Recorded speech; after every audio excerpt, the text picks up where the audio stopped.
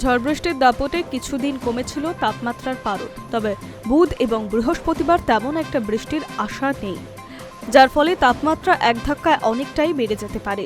বিশেষত আর্দ্রতাজনিত অস্বস্তি থাকবে। এই সময়ে তাপমাত্রা বাড়তে পারে 3 থেকে 5 ডিগ্রি সেলসিয়াস পর্যন্ত। যদিও শুক্রবার থেকেই হবে হাওয়া বদল, ভিজবে বাংলা। তারপর সোম থেকে আবারও শান্ত হবে আবহাওয়া। সেই সময় থেকে আবারও সর্বোচ্চ তাপমাত্রা 2 থেকে 4 ডিগ্রি পর্যন্ত বৃদ্ধি পাওয়ার সম্ভাবনা রয়েছে। মোটের উপরে গোটা মার্চ মাসে প্রায় ঝড় বৃষ্টি দেখছে বাংলা, আর সেই ধারা মাসের শেষ সপ্তাহে বজায় থাকবে। বুধ ও বৃহস্পতিবার পুরুলিয়া, বাঁকুড়া, ঝাড়গ্রাম এবং পশ্চিম মেদিনীপুরে বিক্ষিপ্তভাবে বৃষ্টি হতে পারে।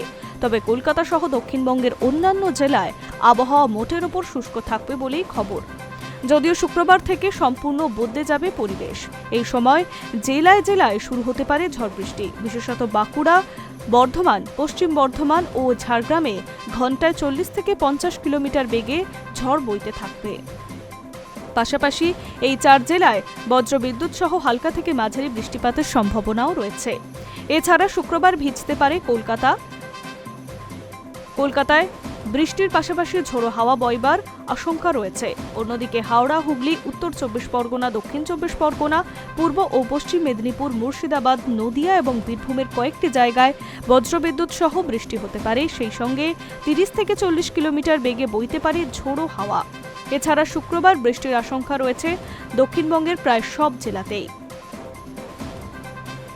শুক্রবার 40 থেকে 50 কিলোমিটার বেগে বইতে পারে ঝোড়ো হাওয়া, কারণ হলুদ সতর্কতা জারি করেছে হাওয়া অফিস। রবিবার অবশ্য ঝড়ের গতিবেগ সামান্য কমবে। অন্যদিকে 30 থেকে 40 কিলোমিটার বেগে বইতে পারে ঝড়।